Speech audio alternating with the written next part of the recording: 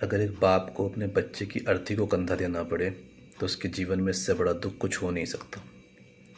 और उस बच्चे की मौत किसी बीमारी की वजह से या उसके परिवार की किसी गलती की वजह से नहीं हुई है। उस बच्चे की मौत हुई है सिस्टम की गलती की वजह से, अधिकारियों की लापरवाही की वजह से। एक 6 साल का बच्चा एक 12 फीट गहरे गड्ढे में गिर जाता है, और वो गड्ढा किसी सड़क पे या चौराहे पे नहीं खोदा गया था। वो गड्ढा खोदा गया था उसकी अपनी सोसाइटी के अंदर। ऊपर मिट्टी पड़ी थी, जिसको देखकर शायद उस बच्चे को अंदाज़ा भी नहीं हुआ होगा कि वो गड्ढा इतना गहरा है। कोई बैरिकेडिंग नहीं थी, कोई नोटिस बोर्ड नहीं था। उस सोसाइटी में किसी को नहीं पता था कि उनकी सोसाइटी के अंदर ये गड्ढा खोदा गया है।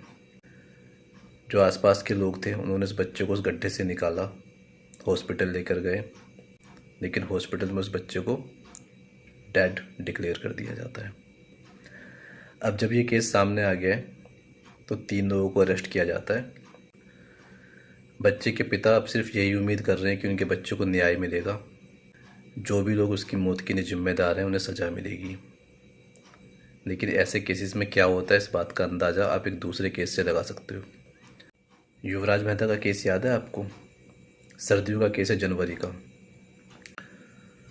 अभी उसके पिता का एक इंटरव्यू सामने आया है जिसमें उसके पिता ने बताया है कि जिन अधिकारियों को सस्पेंड किया गया था उनको रीइंस्टेट कर दिया गया है। जिस बिल्डर का नाम सामने आया था उस बिल्डर को जमानत मिल गई है, वो जमानत पे बाहर है।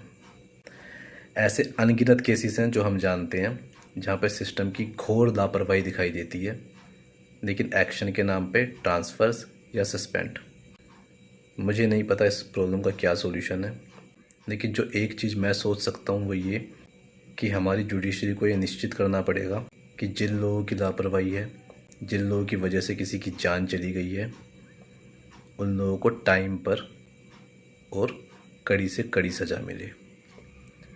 जब हमारी जुडिशरी सही एग्जाम्पल सेट करेगी तो शायद हम उम्मीद कर सकते हैं कि इन अफसरों के मन में कुछ डर आएगा, अपनी जिम्मेदारी का एहसास आएगा।